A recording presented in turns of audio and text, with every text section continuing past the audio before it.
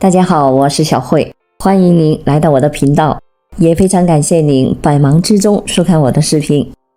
今天和大家分享的是，很多人都知道喝水对我们身体是有好处的，但却不知道晚上喝水到底有没有好处。关于晚上要不要喝水，很多人有疑问。有些人他晚上喝水会导致起夜和睡眠不稳，而有些人则认为晚上要喝水可以补充夜间身体代谢所需要的水分。一、睡前饮水好不好？晚上10点后适量喝水并无危害。对于绝大多数人来说，睡前喝水没有坏处，关键在于适量。如果喝多的话，可能会有以下的危害：一、睡前喝水会加重肾脏负担，增加起夜次数。二、对于严重肾衰竭及已经近期透析治疗的患者来说，由于肾脏对水的调节功能障碍，大量饮水会造成体内水的负荷增加，有可能会出现浮肿的现象，甚至诱发心力衰竭的产生。三、心脏不好的人睡前喝水过多也会造成心衰的危险。四、睡前大量的喝水会增加起夜次数，从而影响睡眠。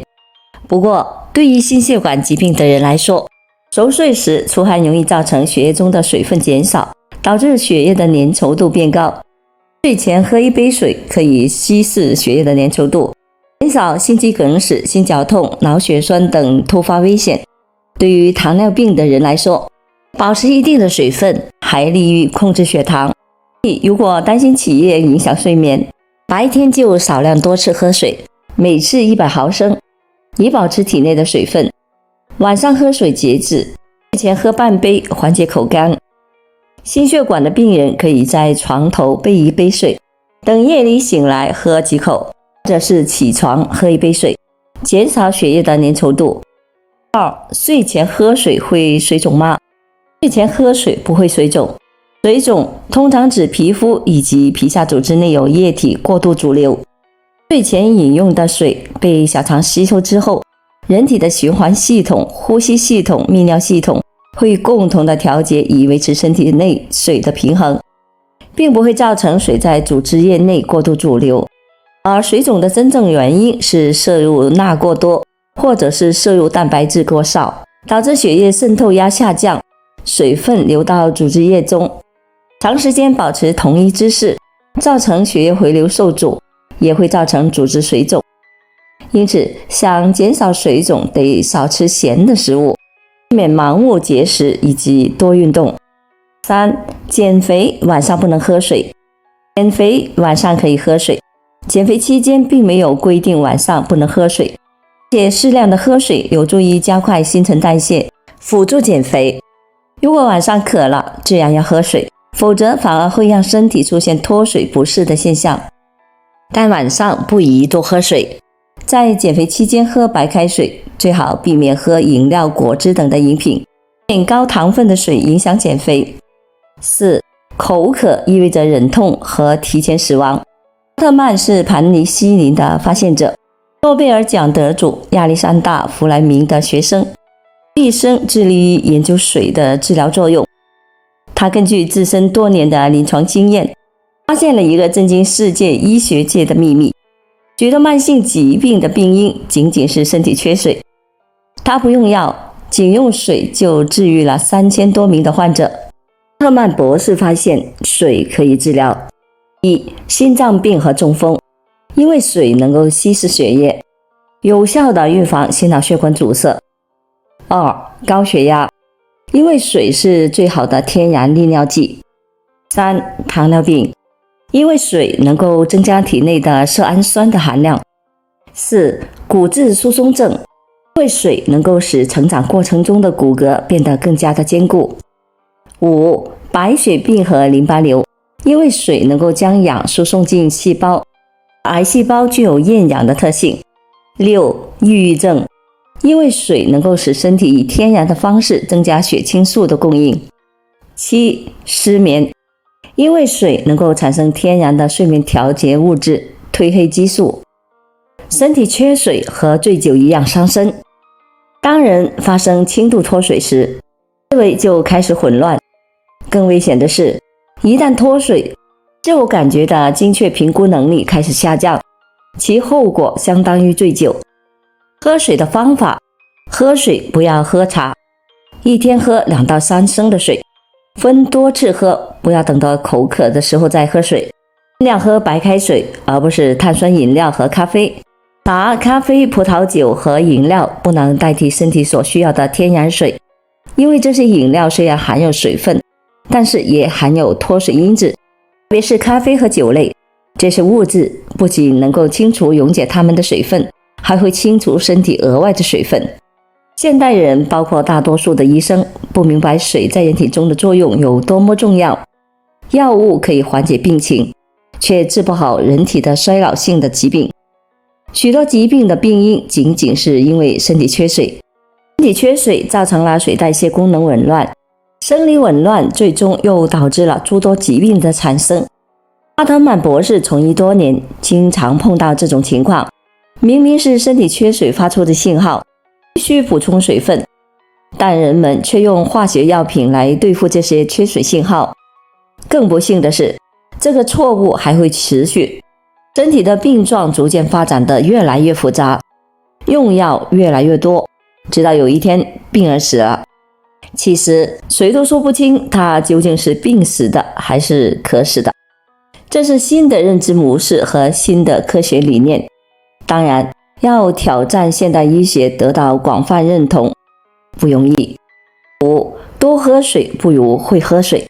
喝水可以分3次。准备一个能装500至1000毫升水的保温杯放在床头。第一次，临睡前喝100至200毫升水。第二次，夜间小便后喝2-3口水，大约也是100毫升左右。第三次，晨起再喝300至500毫升。